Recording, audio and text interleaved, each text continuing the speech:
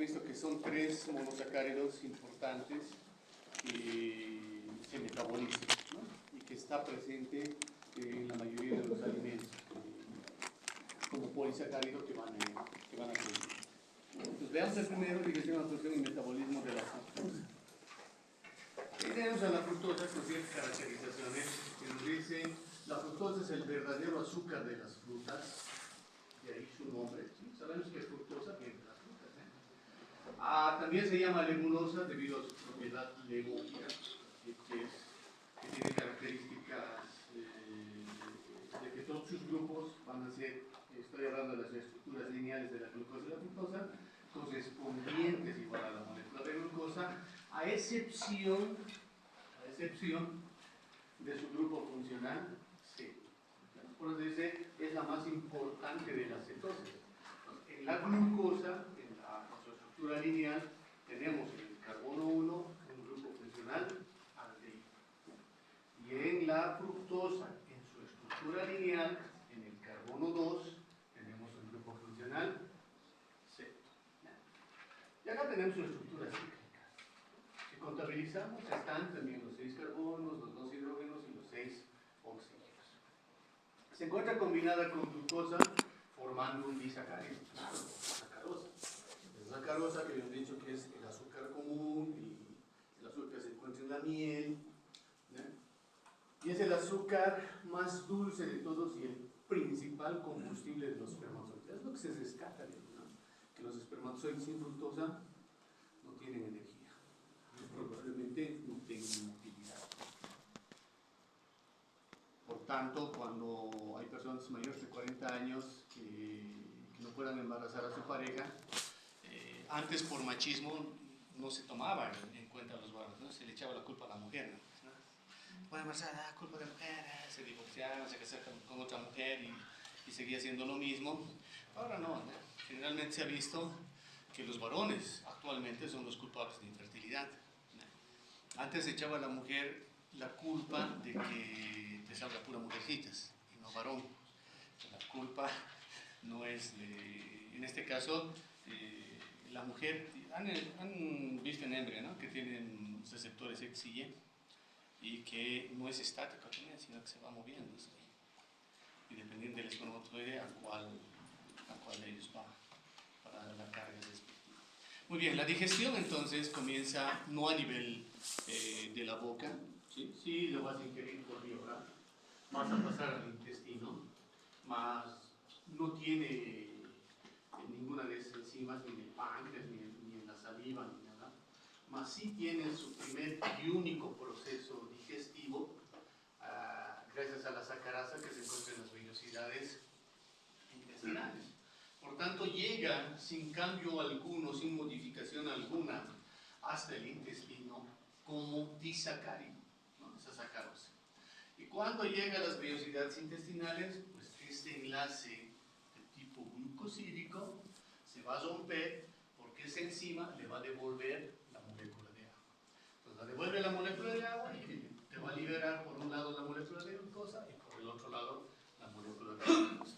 Ya tienes monosacáridos, ya tienes moléculas asimilables, ya tienes moléculas que sí van a poder absorberse. Ahí tenemos su proceso de absorción. Y en su proceso de absorción no es el primero, es el segundo. Ahí vemos que esa fructosa va a ingresar por un transportador de glucosa independiente de sodio, pues el GLUT5.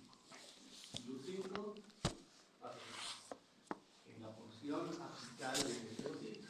Una vez dentro de esa fructosa, sabemos que tiene que haber una activación de la bomba sodio-potasio retrasa para producir una despolarización y permitir la activación de otro transportador también independiente de sodio, que es el GLUT de tipo 2.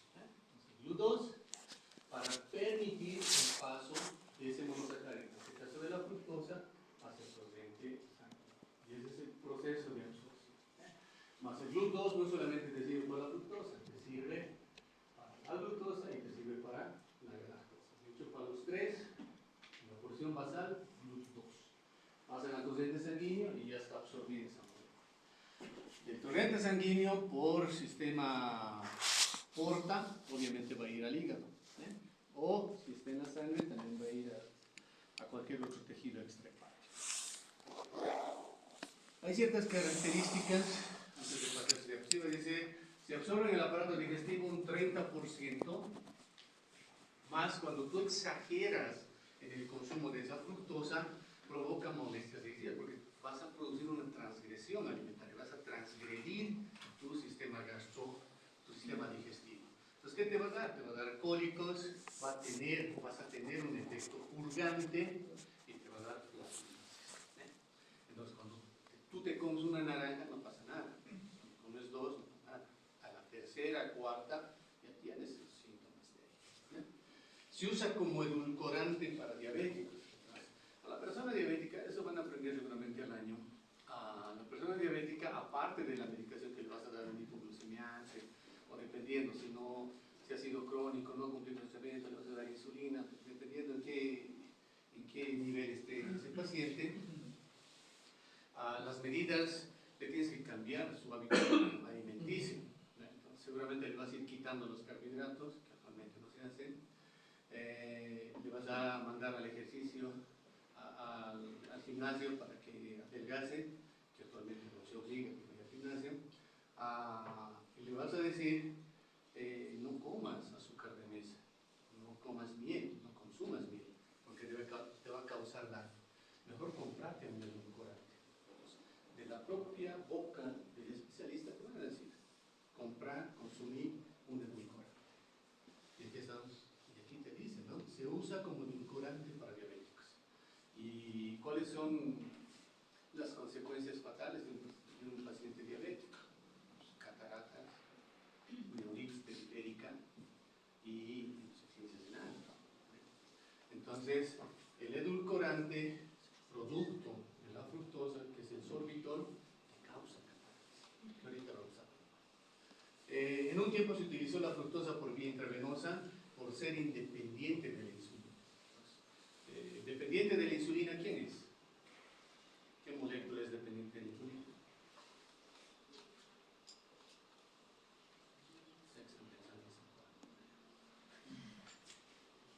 Sí, yo también estoy pensando, qué mal.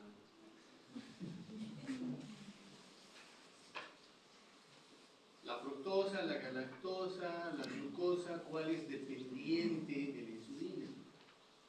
La glucosa, cuando activa su transportador GLUT4, el tejido periférico, cardíaco, estriado y tejido adiposo. Entonces, acá te está diciendo, en un tiempo se utilizó la fructosa por vía intravenosa por ser independiente de la insulina. Pues cuando yo era estudiante aquí con ustedes, había, o sea, no solamente había glucosa al 5%, había fructosa también, como bien intravenosa para el paciente. Veamos la parte de su metabolismo.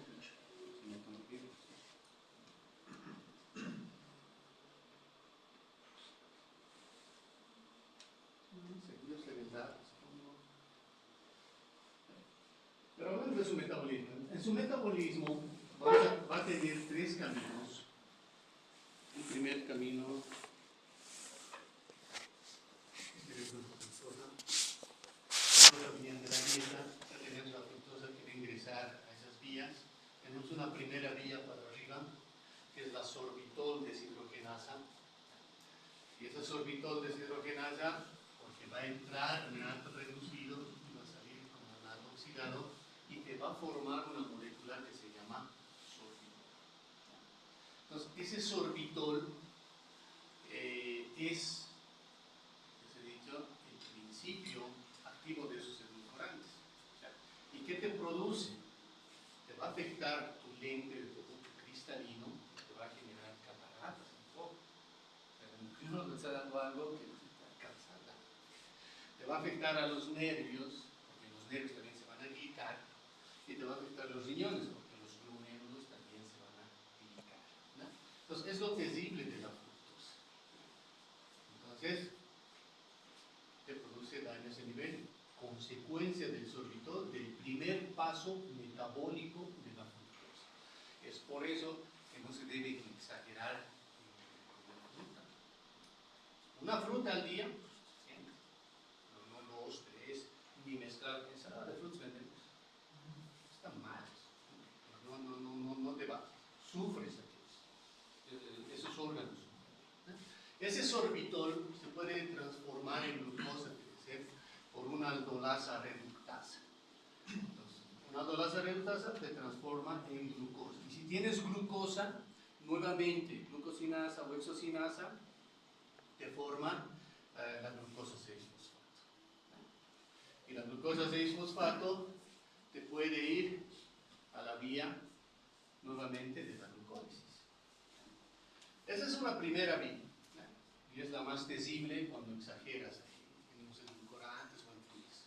Mas esa fructosa también tiene un camino directo de fructosa a fosforilar su carbono número 6 y generar fructosa 6-fosfato por una fructosinasa. Y para hacer eso, ¿qué se requiere? Se requiere de una molécula. Si va por esa vía directa, está fosforilando su carbono 6, tienes otra enzima para que le done nuevamente fosfofructosinasa, para que le done nuevamente, gracias al ATP, un fosfato también, pero ya no en su carbono 6, sino en su carbono número 1. Y vas a tener la fructosa 1,6 bifosfato. Y esa molécula, parte integral de qué? De la glucólisis.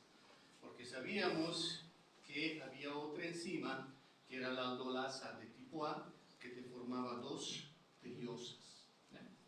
Y una de esas triosas era la gliceraldehído 3-fosfato, que entraba al complejo gliceraldehído 3-fosfato deshidrogenasa. Y la otra, de hidroxiacetona fosfato, tenía que transformarse nuevamente en gliceraldehído 3-fosfato, también para ir continuando con la glucólisis para formar piruvato. Más lo interesante de la generación de este acá, para generar parte de la glucólisis, es que el piruvato que se está formando, ¿para qué nos servía el piruvato? Para que ingrese, para que se siga oxidando, para que ingrese al complejo piruvato deshidrogenasa. Y del complejo piruvato deshidrogenasa se vaya al ciclo de Krebs. Y se siga generando energía.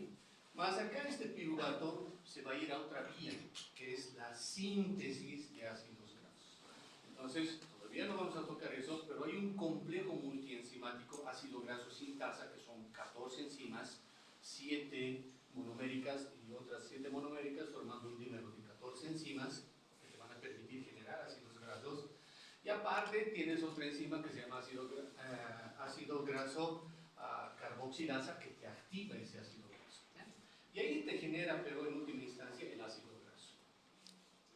Por este otro lado, hay otra vía que se llama la fructosinasa, que te va a donar un ATP, también te va a formar fructosa 1-fosfato, y esa fructosa 1-fosfato, por la aldolasa de tipo B, porque la de tipo A pertenece a la glucólisis y la B es específica de la fructosa, también te va a formar, por un lado, gliceraldehído y por el otro lado, hidroxiacetona fosfato.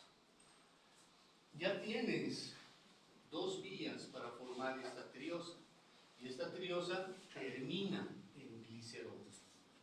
Glicerol, 3 átomos de carbono, y los 3 átomos de carbono que tienen grupo alcohólico.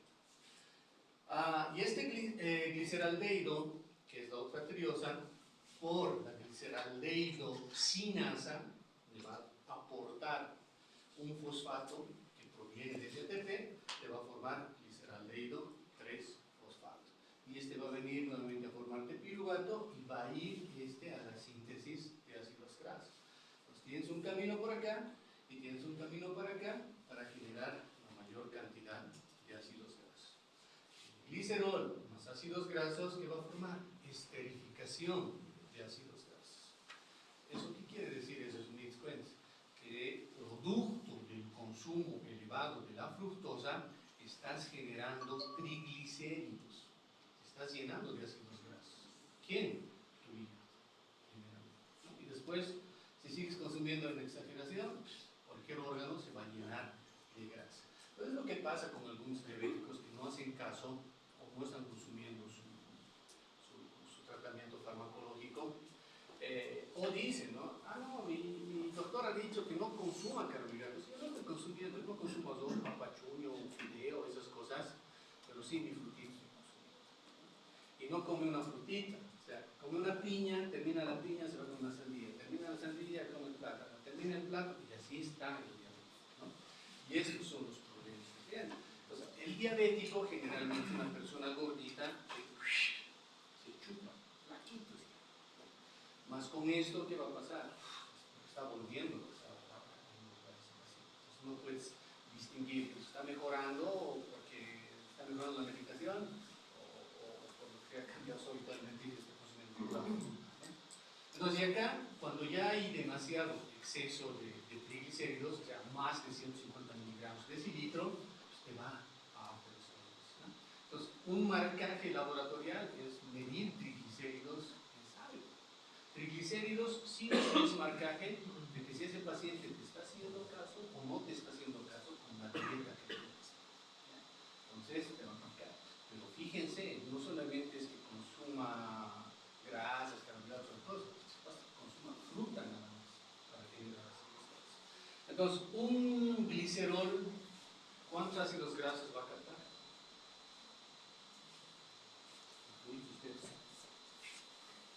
Un glicerol, ¿cuántos ácidos grasos va a captar? Acá teníamos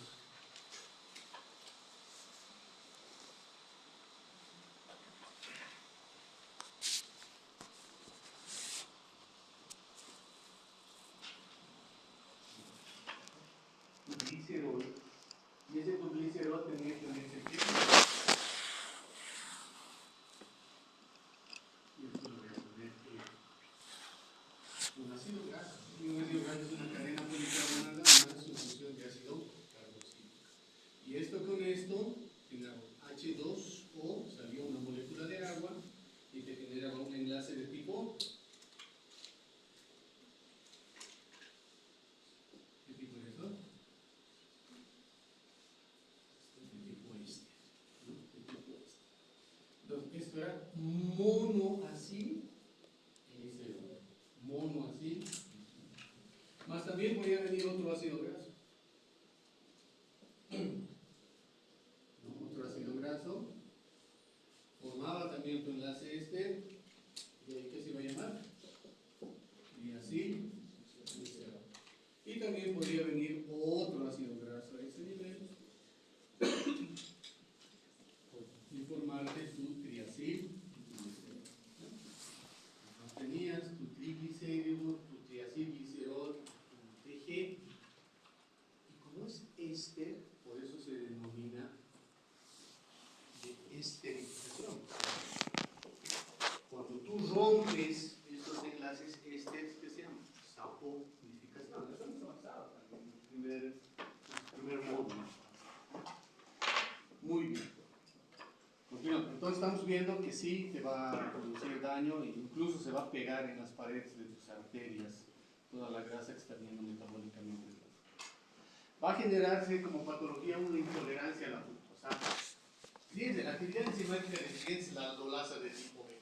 Y si la aldolasa de tipo B está deficiente, el sustrato acumulado, ¿cuál va a ser? La fructosa 1-fosfato.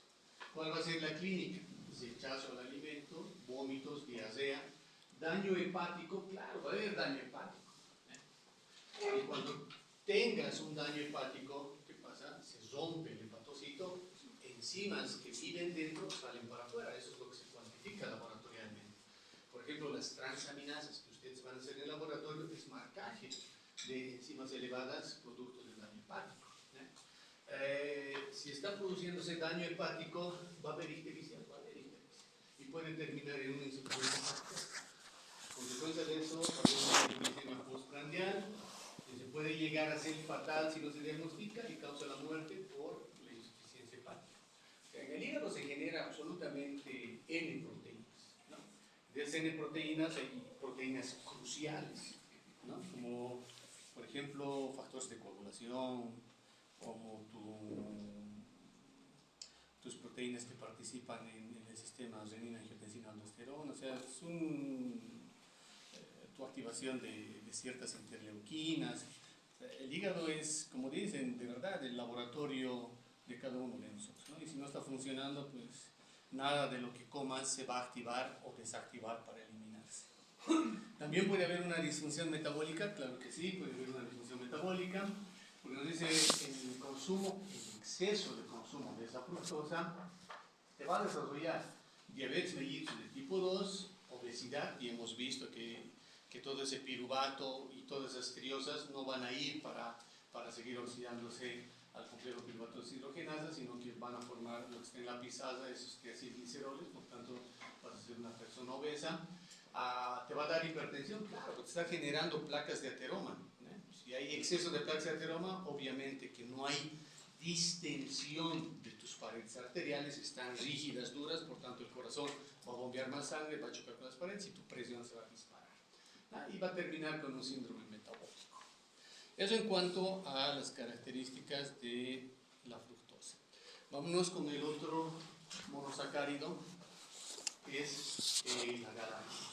Digestión, absorción y metabolismo de la galactosa. Ahí tenemos a nuestra galactosa. Nos dice, viene del griego gala, que significa leche. ¿Es un monosacárido? Sí, es un monosacárido. Es una aldohexosa y es epímero de la glucosa. ¿Qué quería decir epímero? ¿Qué quería decir epímero? Que cambia de posición, ¿no? En el carbono 4 teníamos hidrógeno por arriba, y al decir epímero 4 de la glucosa, pues cambia, se vuelve OH por arriba e hidrógeno por debajo. El mayor aporte de la galactosa se obtiene de la ingesta de leche, por eso es que es el aporte energético en los recién nacidos, y por eso también te indican que tienes que, las mamás que han dado a luz, tienen que darle leche exclusiva al niño hasta sus 2 años, ¿eh? Pero bajo ciertas circunstancias no les dan, motivos de trabajo, peleas con su enamorado, su esposo, no sé, pero el chiquito paga, ¿eh? Porque ya le dan fórmula y todas esas cosas, ¿eh? Más un aporte energético es a partir de la galactosa. ¿Forma parte de las membranas celulares? Sí. O sea, en poca proporción sí es la glucosa que va a formar glucoproteínas y glucolípidos, pero en la mayor proporción es la galactosa que forma glucolípidos y glucoproteínas, no es la glucosa, ¿ya? ¿Se sintetiza en las glándulas mamarias? Claro que sí, para producir leche, ¿ya? Entonces, en el último trimestre de estas mujeres que están embarazadas, pues va a aumentar el volumen de sus senos, porque van a presentar hipertrofia de sus glándulas galactóforas, ¿no? Entonces, ¿para qué? Para producir lactosa. Ahí tenemos su proceso de digestión, también va a empezar en la boca, mas no tiene procesos de digestión a ese nivel, ni a nivel del páncreas, y al igual que la fructosa y de la glucosa, va a tener su proceso digestivo a nivel de las vellosidades intestinales con una enzima que se denomina de lactasa. Entonces tenemos la lactosa, se identifica acá, la lactosa decimos epímero de la glucosa, porque en su carbono 4, en vez de estar hidrógeno para arriba, está OH, está epimerizando.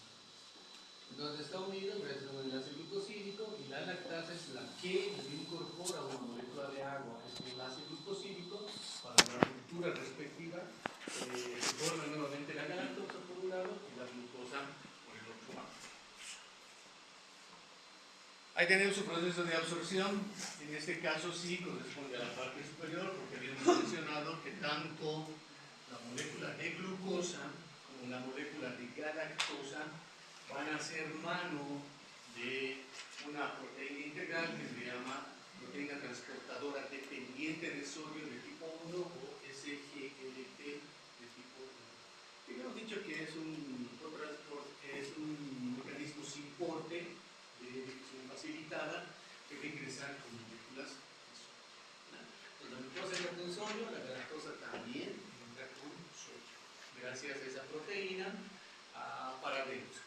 Y la galactosa, el sodio que ha ingresado hace mano de la bomba sodio-glucosa de casa para permitir la despolarización, activación de ese GLUT2 y permitir que la galactosa ese paso es el proceso de absorción, ¿no? El paso de molécula simple a torrente sanguíneo es absorción. Y ahí tenemos el metabolismo de esa galactosa. Entonces, empezamos.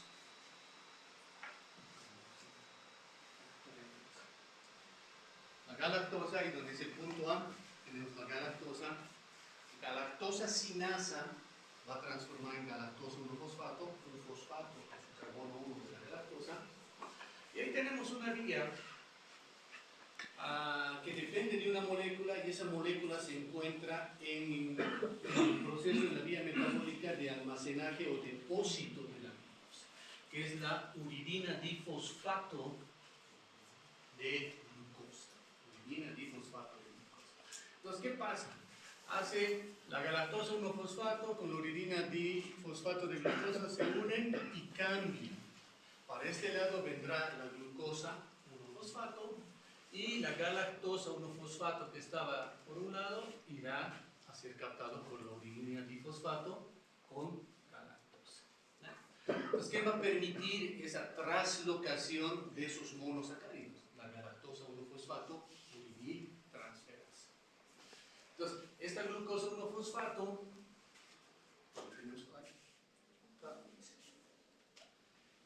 esa glucosa 1-fosfato que la teníamos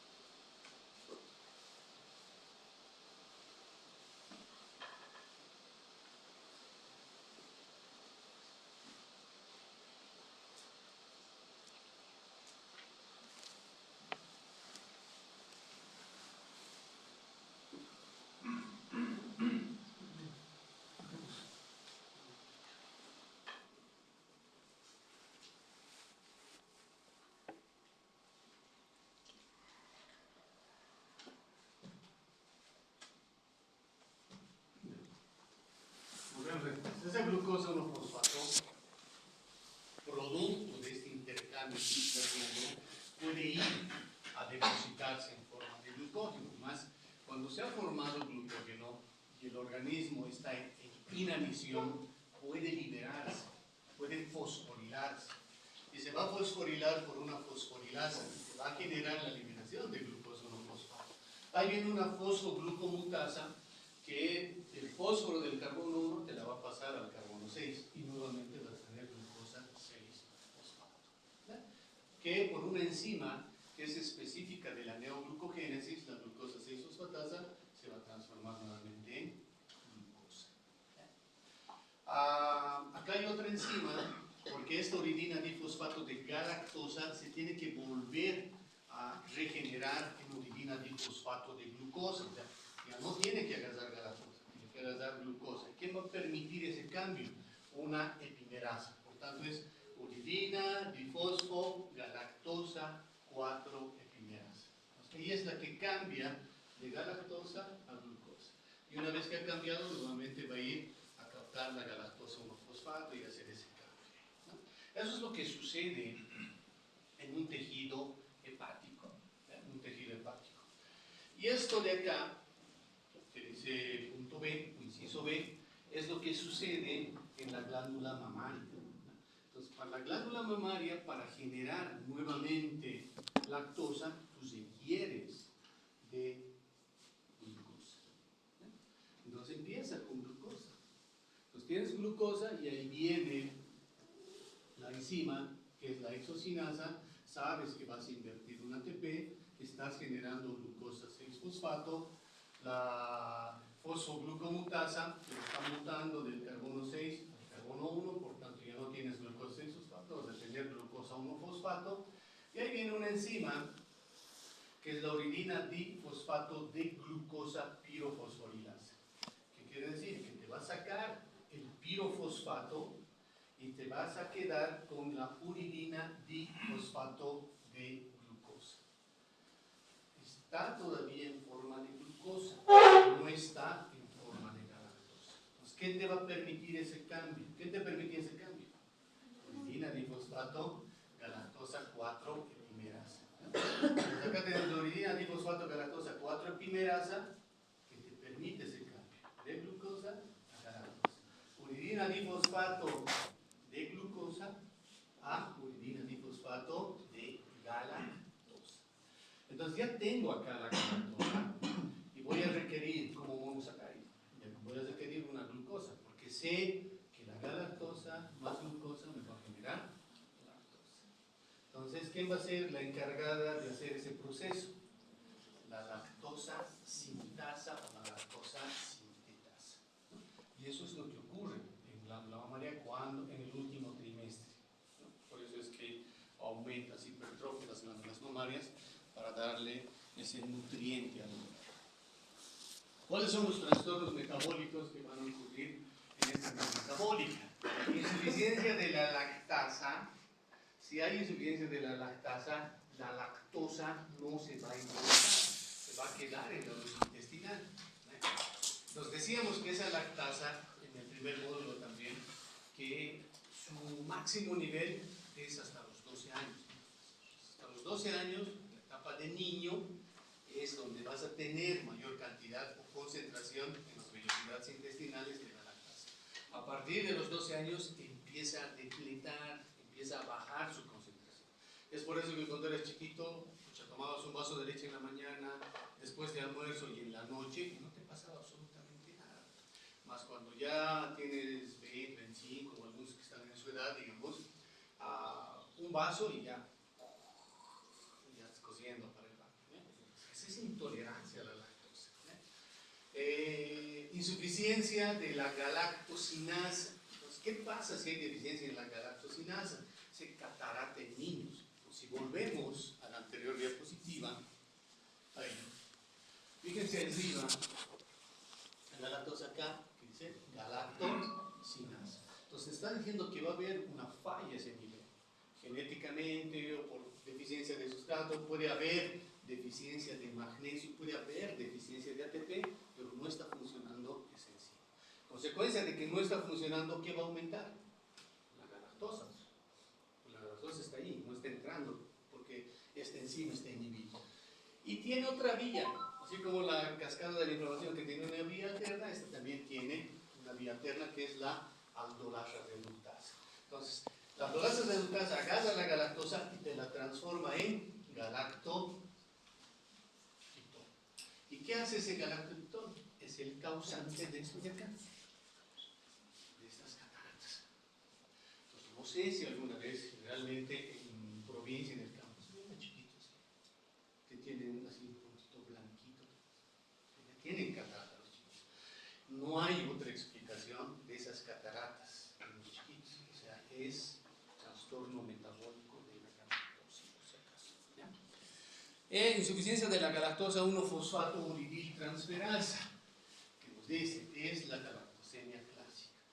Y a eso que teníamos de las cataratas, en esta deficiencia de la galactosa 1-fosfato uridil transferasa, se suma daño hepático. Y si hay daño hepático, decíamos, va a haber ictericia, va a haber hígado agrandado, hepatomegalia, va a haber lesión renal y también va a haber daño.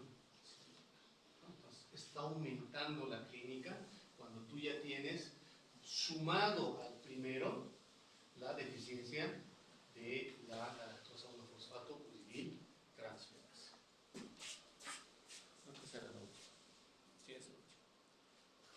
Ahí quedamos entonces.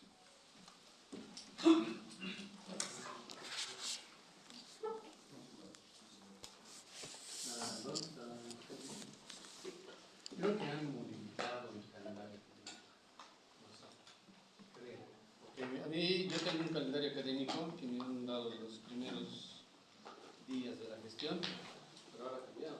Que después del receso teníamos una semanita y teníamos el examen. Pero creo que ahora no es en julio, en agosto. Nos vamos a acabar todos.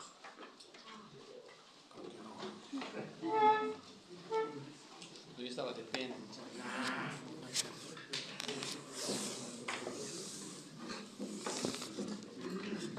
¿Alguna duda sobre algo de mañana? Mañana es, ¿no? Su docente ya ha venido para presentarse. A ver si le dicen pues, que pase con ustedes en la tarde, les hace ese favor para nosotros ganar el día miércoles, o sea, para que no haya ese show. Mañana Depende si acepta el doc hoy día. Como ustedes me dicen, viene hoy día, ahí le preguntan, le plantean lo que yo les había dicho. Cuando venga el doctor, le dicen que había choque en el horario con el otro docente y que les haga el favor de pasar a la tarde. Nosotros pasamos hasta acá. De 4 a 5 pasaremos.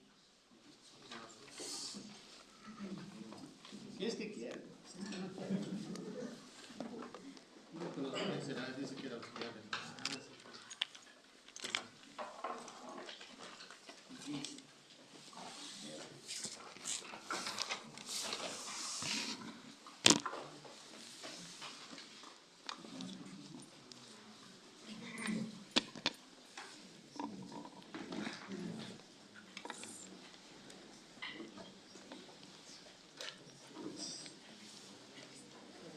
sus esquemas, por favor, consigan. Cuidado que mañana al ingreso se les pida sus esquemas y no traen de estos.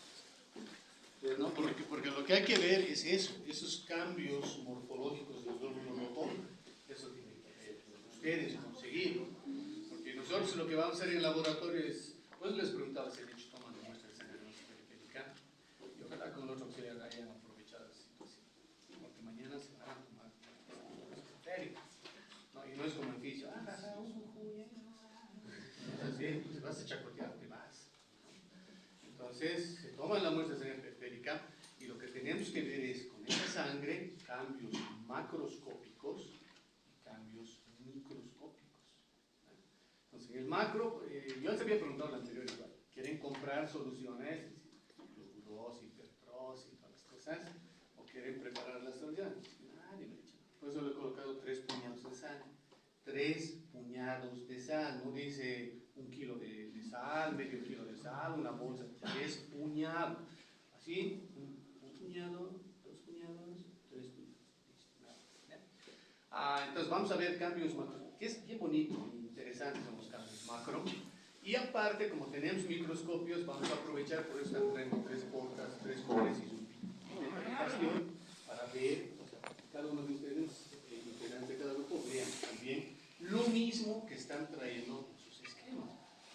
Entonces, todo lo que diga su esquema de cómo van a cambiar microscópicamente, eso es lo que tienen que ver en el microscopio y me tienen que mostrar. Yo les decía, toda materia, toda cátedra es importante, desde primero hasta quinto. Pues cuidado que mañana no sepan ni manejar el microscopio. ¿Saben?